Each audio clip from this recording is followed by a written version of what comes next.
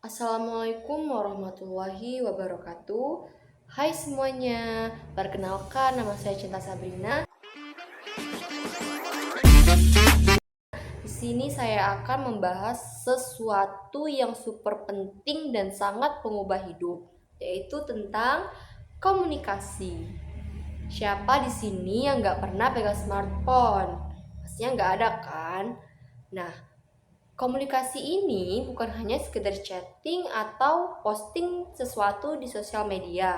Yuk kita bahas kenapa komunikasi itu penting banget.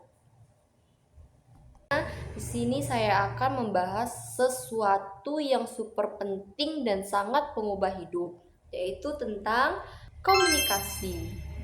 Siapa di sini yang nggak pernah pegang smartphone? Pastinya nggak ada kan? Nah, komunikasi ini bukan hanya sekedar chatting atau posting sesuatu di sosial media. Yuk kita bahas kenapa komunikasi itu penting banget. Komunikasi adalah kunci dari segala hal yang kita lakukan. Mau sukses di sekolah, di kampus, di tempat kerja, bahkan dalam hubungan pribadi, semuanya butuh komunikasi yang baik. Komunikasi adalah jembatan utama yang menghubungkan manusia satu dengan manusia yang lain. Dalam kehidupan sehari-hari, komunikasi tidak hanya soal berbicara, tapi juga tentang mendengar, memahami, dan merespon dengan tepat. Menariknya, komunikasi bukan hanya lewat kata, bahasa tubuh, intonasi suara, dan ekspresi wajah. Itu bisa membuat sebuah makna dan arti yang menjadi sebuah komunikasi yang lebih lantang daripada lisan.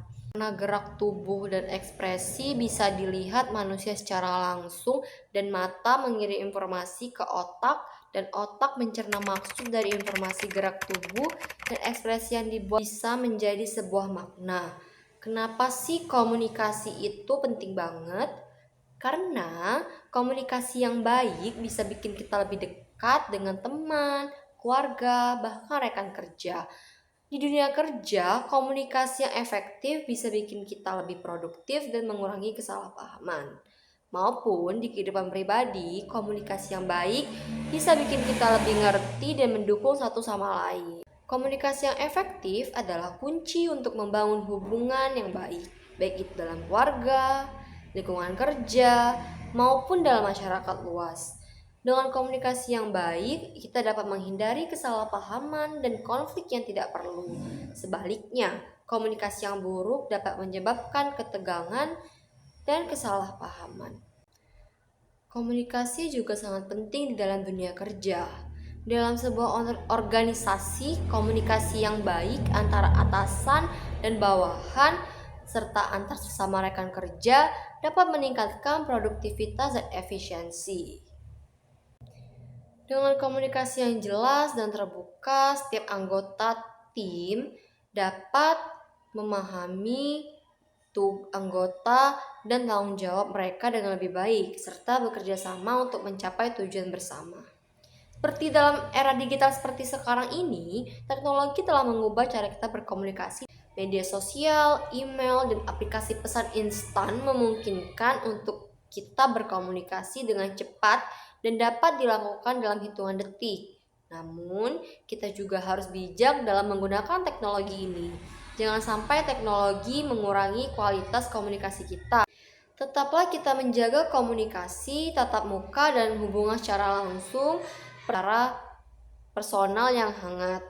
Komunikasi yang baik juga melibatkan kemampuan mendengarkan.